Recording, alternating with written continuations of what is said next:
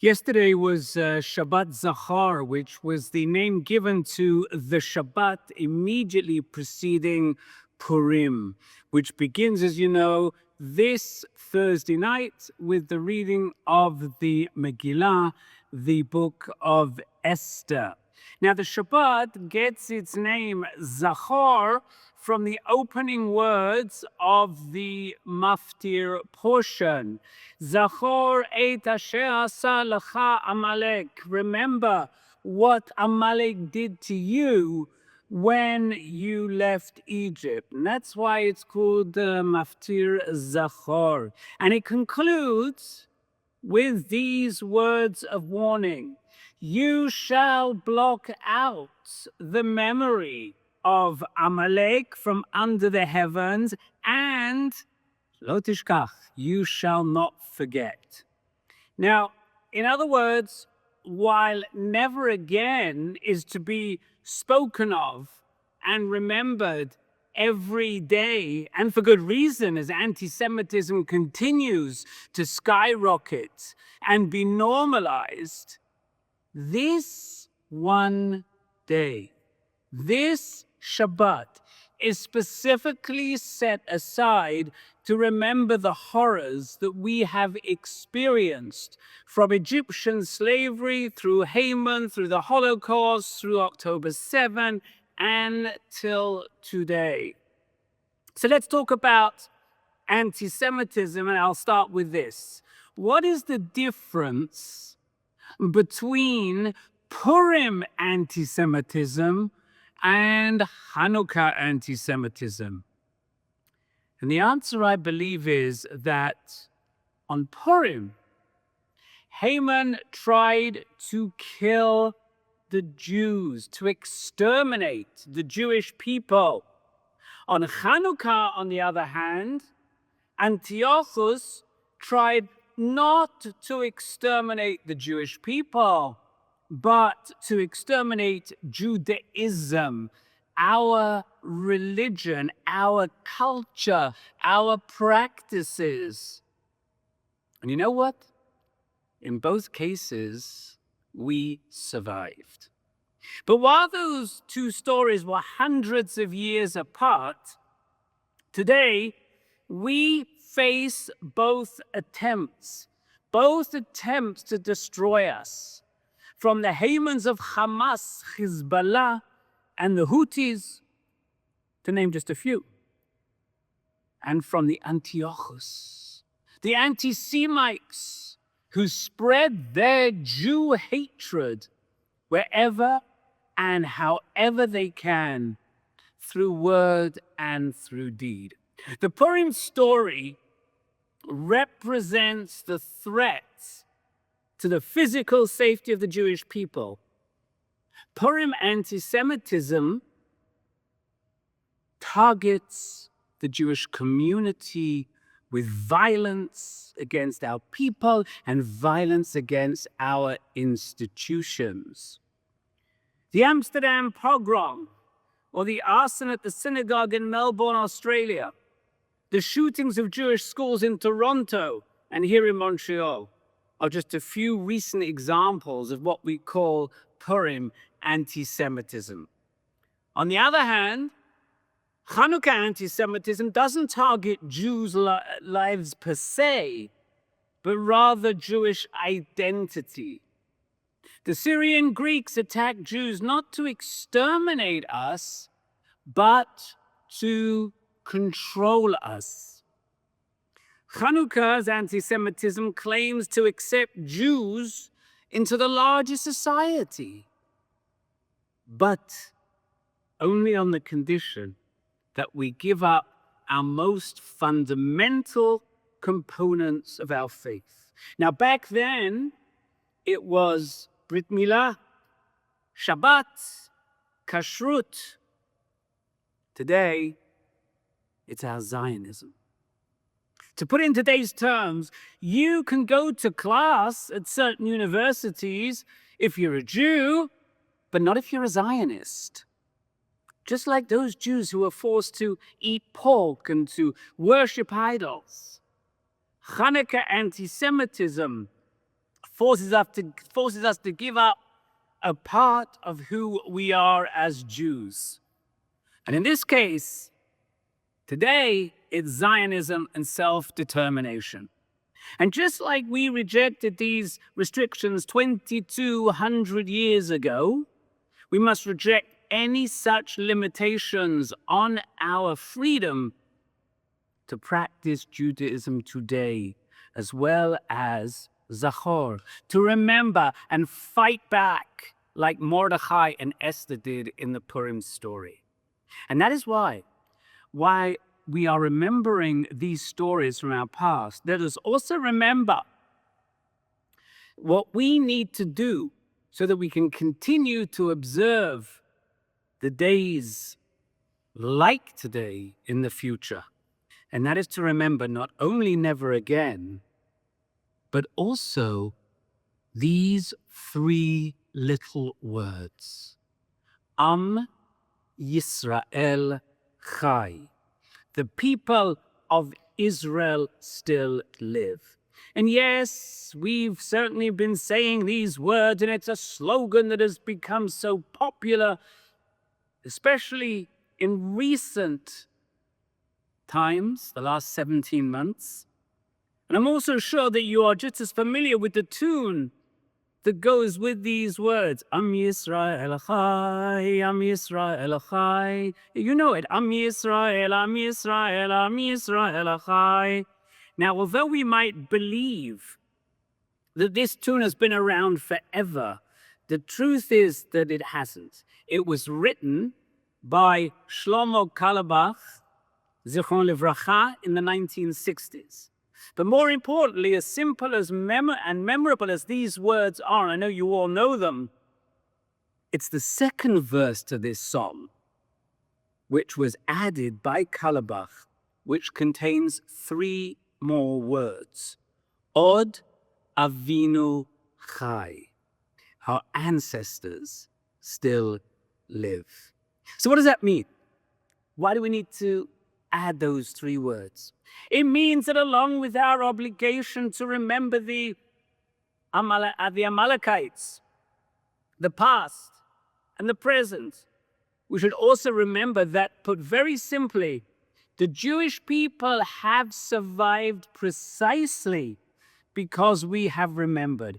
We have zachored our ancestors as well. We've kept our ancestors alive. How have we done so? By not forgetting their ideas and their ideals. And these ancestors don't just include Abraham, Isaac, and Jacob, or Moses, King David. They include many of the Jewish leaders down through the ages, the visionaries over the years whose ideas have reinvigorated us individually and as a people, given us hope, given us the will, given us the resilience to survive.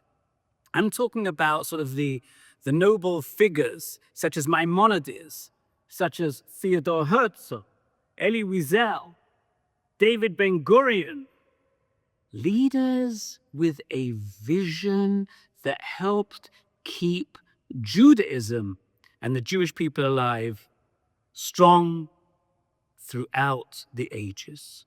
They ensured that Am Yisrael Chai, so that we can continue to do so today. And I want to give you an example. And the example is a gentleman by the name of Louis Brandeis, who, as you may know, was the first Supreme Court Justice of the United States of America, was also a leader of American Zionism at the beginning of the 20th century. His involvement led credibility and stature to the early Zionist movement. And over the course of many years, before both and after he became a justice, he devoted a great deal of his time, his energy, and his money to spreading the Zionist ideal. Now, unlike most American Jews at that time, Brandeis believed that the creation of a Jewish homeland was not only a way to combat anti-Semitism throughout the world, but also a way to revive the Jewish spirit itself. And he addressed head-on the reasons for the need of a Jewish state and how important it is for American Jews to understand and to support that state, even if they have no intentions of living to live there. Now, Brandeis spoke over 100 years ago, but his message could and must still be spoken today because it is timeless. But here's a question for you. How many of today's Jews even know who Brandeis was? Much less his profound message and the impact that it had on American Zionism.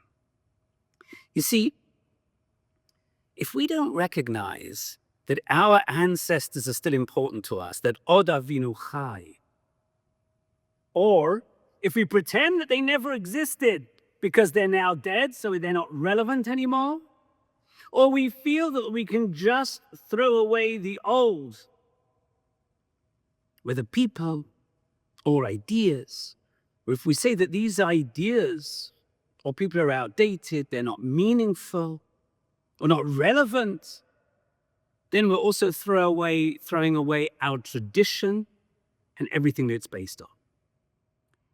And if that happens, then we can no longer say, Od Avinu Chai, because at that point, our ancestors are no longer living.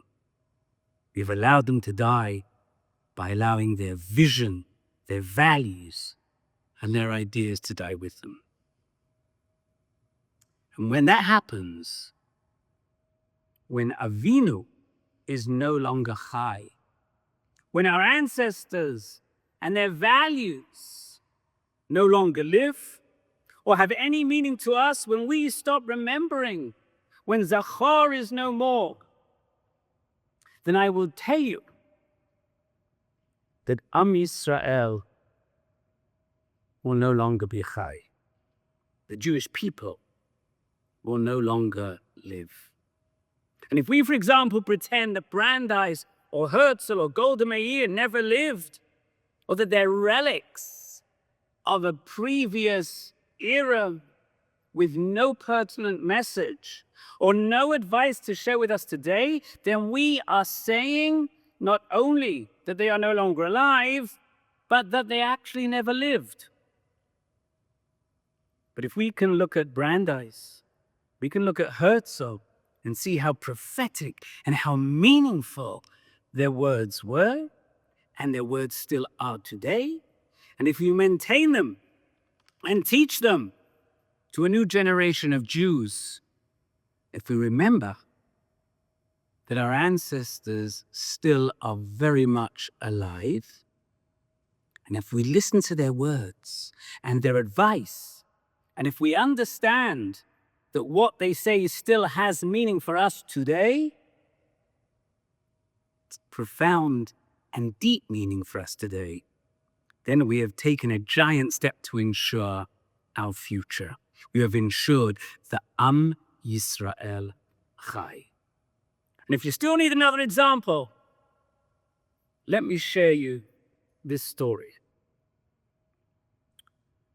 A gentleman by the name of Menachem Rosenschaft was born in 1945 in a displaced persons camp following the Holocaust. And he wrote the following message. When the remnant of European Jewry emerged from the death camps, when they emerged from the forests, the hiding places throughout Europe in the winter and the spring of 1945, they looked at their families, they searched for them, and overwhelmingly discovered that their fathers, their mothers, their husbands, their wives, their children, their brothers, their sisters, their aunts, their uncles, their cousins had all been murdered by the Germans, Yimach Shemam v'Zichram, and their accomplices. And yet, even though their question to the world, Od Avinu Chai, had a devastatingly negative answer, they declared, Am Yisrael Chai. The people of Israel not only had not been destroyed, but defiantly remained alive. These words, these 6 words, should be on our tongues, not just on special occasions, but every single day. Being proud to be Jewish shouldn't just be one day or even one occasion. It should be, it must be, every single day. It should be our lifelong mantra and mission.